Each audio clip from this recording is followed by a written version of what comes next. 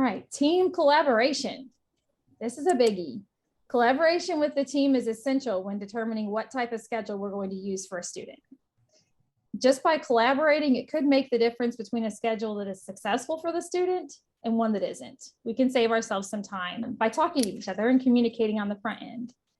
And the teacher can't be expected to have expertise in every area, even though I know as special education teachers, sometimes we feel kind of the weight of that, like we need to know everything, but we don't and we can't. So use your team.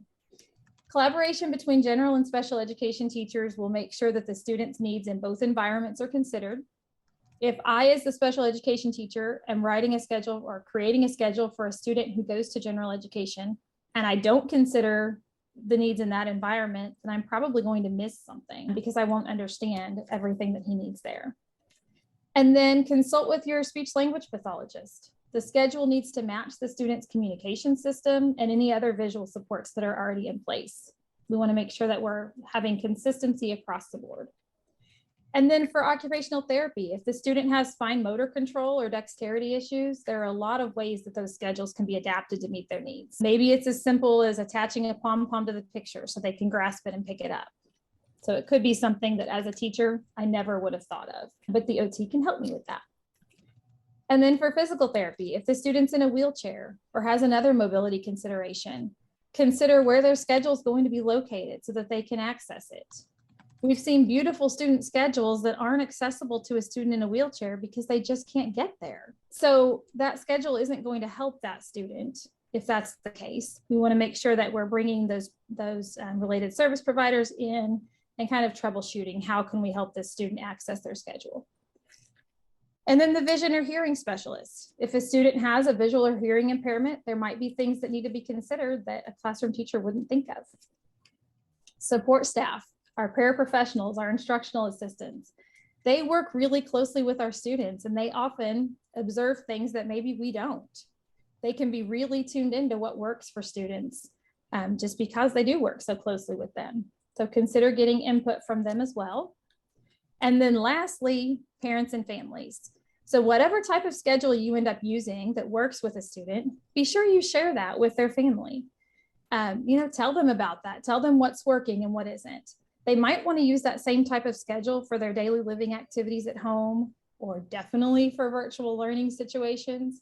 And then you can even go an extra step and show them how to grab the images off the internet, share any resources you have with them, and empower them to use those strategies at home that are working at school.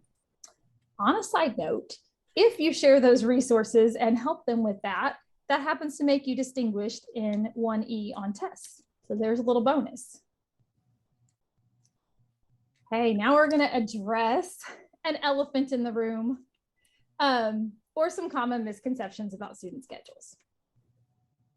So misconception number one, students become more rigid when they have a visual schedule and they're going to need it for life.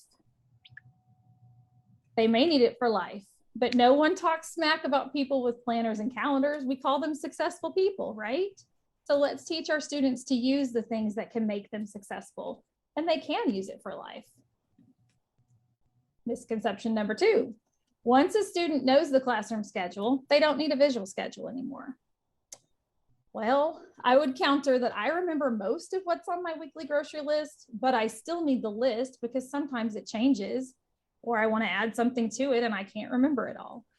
Also, if I'm really anxious or overwhelmed, my working memory is affected and I definitely need the list. I can't even remember the 5 things that I buy every time I go to the store in that case. And the same is true for our students.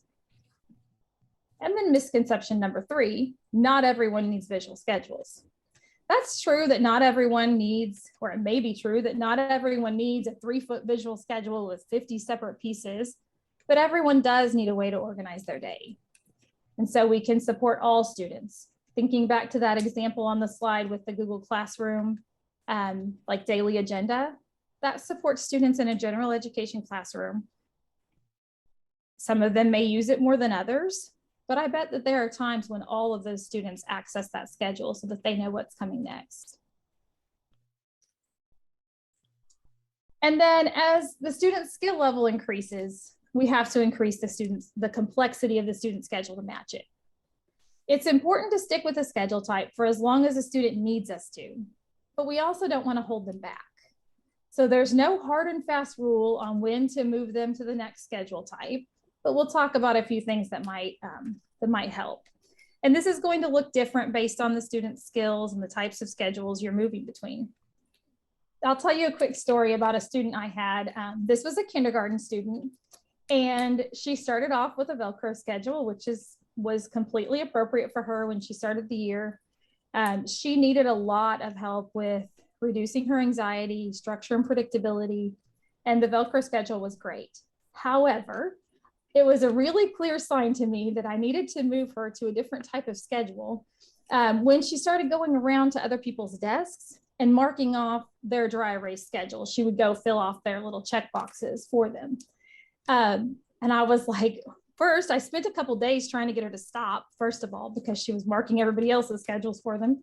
And so I, would try to direct her back to her schedule. And then I had that aha light bulb moment that was like, oh, she just needs that kind of schedule for herself. And so once I set her up with a laminated dry erase checkbox schedule, she was ready to roll. She loved it. And a side note is she was also ready to transition to general education a little more because we'd spent a lot of time, she'd learned those beginning attending skills. And so having that checkbox schedule that she could take with her made that transition so much easier. She knew what she needed. I just needed to listen and pay attention to her cues. And not all students are going to be that obvious, right? Not everyone's going to show you that they're ready for the next kind of schedule. So you will need to consider where they're at and what they might be ready for. Another important note is we need to update student schedules when we make changes to our zoning plan or our classroom schedule. It's important that the classroom schedule, the zoning plan, the staff schedules, and the student schedules all match. Is that a lot of work? Yeah, unfortunately, I don't know a way around it.